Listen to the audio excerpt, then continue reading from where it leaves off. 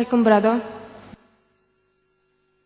ব্যক্তিগতভাবে আমি এই প্রশ্নটা করতে চাই, বর্তমানে সামাজিক, রাজনৈতিক আর ধর্মতাত্ত্বিক প্রেক্ষাপটের সামনে আজকের পৃথিবীতে যা দেখছি, আমি খুব দ্বিধাদ্বন্দ্বে আছি যে কোন পক্ষে যাব। আমি এটাও বুঝছি না যে কোনটা ঠিক আর কোনটা ভুল। যাবতীয় কুসংস্কারকে বাদ দিয়ে এটা আজকে প্রমাণিত যে বিশ্বাসীদের কাজকর্ম দিয়েই কোনো ধর্মকে বিচার করা যায়। এই যুক্তিটা ধরে নিয়ে কিভাবে আমি মনস্থির করব, কিভাবে আমি আমার বিশ্বাসকে ঠিক রাখব। বেশ কিছু ব্যাপারে মতামতের অমিল হচ্ছে আমার সাথে আমার সঙ্গী সাথীদের। ব্যক্তিগতভাবে আপনি কি সমর্থন করবেন সাদ্দাম হোসেনকে, পারস্যের মুজাহিদ যোদ্ধাদের, প্যালেস্টাইনে আত্মঘাতী যোদ্ধার মৃত্যুকে?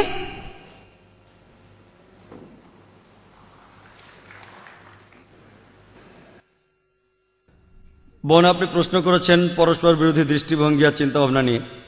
তিনি জানেন না কোনটা তার জন্য ঠিক, কার সাথে তিনি একমত হবেন, কার সাথে হবেন না।